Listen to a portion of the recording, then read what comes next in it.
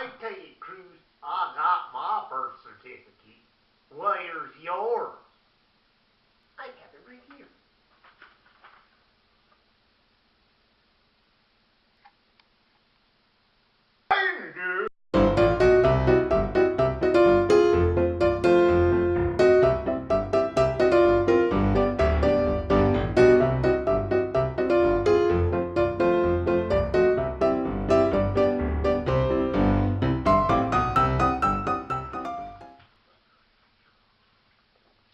So when the news came out that Ted Cruz was running for president, I wasn't surprised.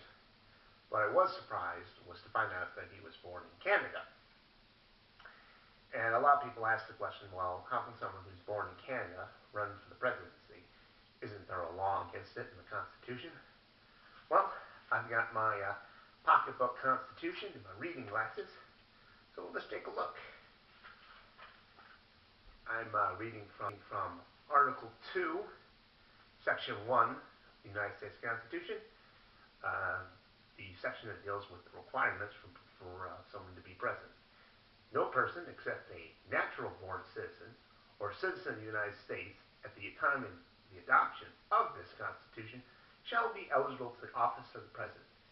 Neither shall any person be eligible to the office who shall not have attained the age of 35 years and been 14 years a resident within the United States. So there you have it. The Constitution doesn't directly say that you have to be born in the United States to be the president. It just says you have to be a natural-born citizen. Now, some of you are probably saying, well, isn't that the same thing? You have to be born in the United States to be a citizen. And that's been up for some debate. Some people say that if your parents were Americans, it doesn't matter where you're born, you're a natural-born citizen. And then there's some real sticks in the mud that said not only do you have to be born in the United States, but both of your parents have to be United States citizens to be a natural-born citizen. So there's a myth that the United States Supreme Court has never given a definite definition of what a natural-born citizen is. But I would say in the case of Minor versus Hepperset, they did definitely give a definition for a natural-born citizen. Now, the case involved a woman named Virginia Minor who wanted to vote. The law said she couldn't vote because she was a woman. Her argument was she had a right to vote because she was a natural-born citizen. She had been born in the United States, and both of her parents were United States citizens. Ergo, she's a natural-born citizen.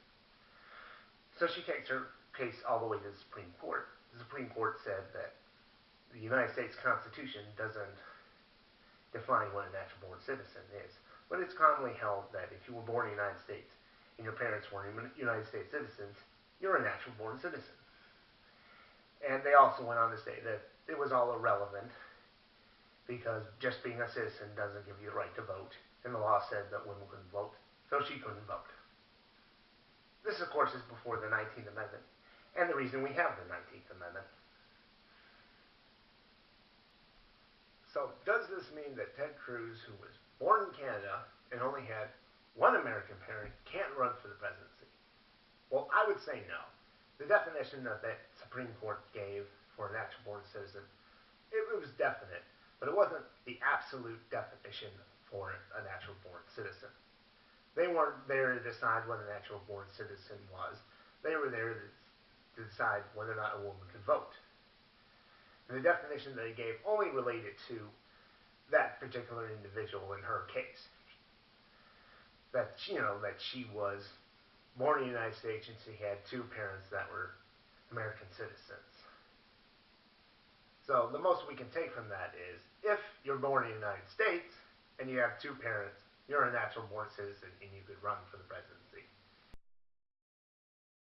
And that doesn't say anything about the other ways that people would be citizens, whether or not the parents came here from a different country and they were born here, or whether or not one or both of their parents were Americans and they were born somewhere else.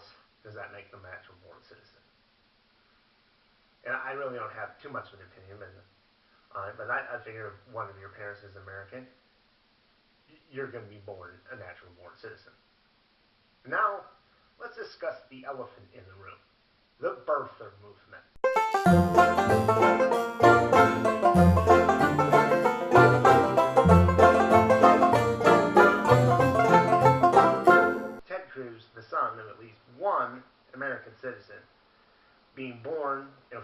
country, and now wanting to run for the presidency wouldn't have been that big of a deal. It's happened before. We had George Romney, son of two American citizens, who was born in Mexico, decided he wanted to run for the presidency. Not that big of a deal. You had Barry Goldwater, who was born in Arizona, but not when it was a state.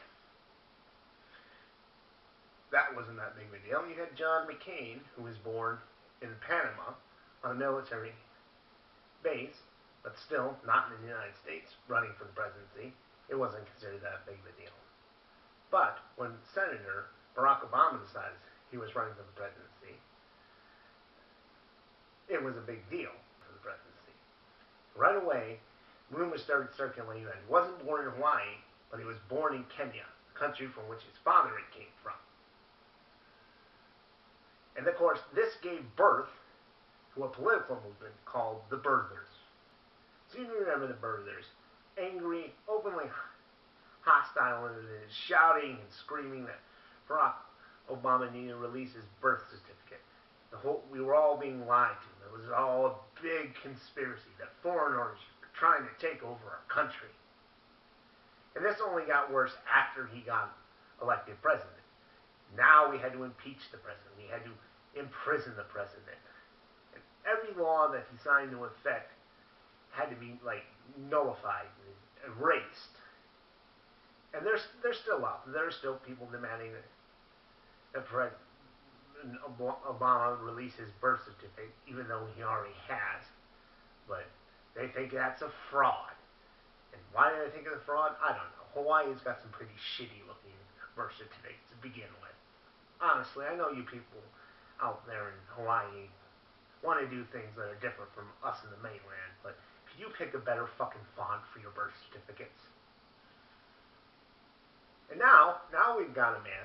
There's no ambiguity as to where he was born. He was born outside the United States. So what are the birthers going to do?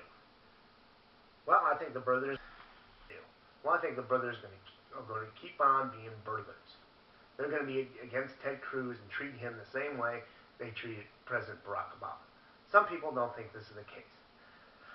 They think that this was all a bunch of partisan hacks, and the only reason they went after President Barack Obama and his birth certificate and all that jazz was because he was a Democrat, and they're not going to do the same to Ted Cruz because he's a Republican. And I think there's some truth to that was some of the motivation, was just partisan bullshit. And some of the birthers are not going to go after Ted Cruz because he's Republican. Maybe they like him. But, with that partisan bullshit, there's interpartisan bullshit. And some of the birthers probably don't think Ted Cruz is as good a candidate as other Republicans. So they'll use the same birther bullshit against him. With the partisan bullshit, whatever partisan birthers have been lost from the right, we'll see them replaced with partisan bullshitters from the left. People who, from the left, they're not going to like Ted Cruz, so they'll use his being born outside the United States against him. And it won't be an exact mirror of the right-wing birthers, but the left-wing birthers will use things like snarky comments and insulting Facebook posts and on Twitter. And depending on how good Ted Cruz does when he's running for president, you will see people out protesting against him from the left, dressed up as Mounties, saying, "Go back to Canada, Ted Cruz." There's more to the birther movement than just partisan bullshit. You've got people who are just sticks in the mud about, the Constitution, and they say, that if you're to be a natural-born citizen, you have to be born in the United States and have two American parents who are citizens. And they'll say Ted Cruz, they won't give him a pass, and they probably won't give Mark Rubio a pass, because even though he's born in the United States, his parents weren't.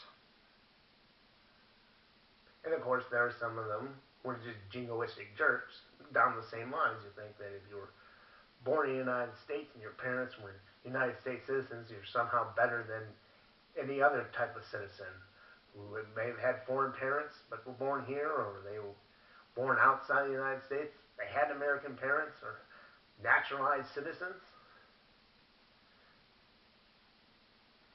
And I'll say that I think there were some racists amongst the brothers. They hated Barack Obama because he was half black and half white, and they didn't want anything to do with that. Well, they're not going to want anything to do with Ted Cruz, because his father was Cuban and his mother was white. And with the conspiracy theories, people who were just in the birther movement because they, believed in the conspiracy that, Barack Obama was a secret Muslim and, set up under Masonites and shit like that. I don't know. I mean, those are people who are against, reality. So if the reality is that Ted Cruz was born in Canada, then in their minds it's like, no, it doesn't matter that he was born in Canada because he time traveled back to the 1780s and became a citizen of the United States right before the Constitution was ratified, and therefore he can run for presidency. But even then, I think you'll have conspiracy theorists say, he was born in Canada, and the Canadians corrupted him, and he's like their sleeper agent. He's going to come over here, and he's going to make hockey the national pastime, and the Constitution is going to get covered in maple syrup. And I've even seen some things on Twitter where people are saying, not only is Ted Cruz born in Canada, and his father is Cuban, but his mother wasn't American. She was Irish.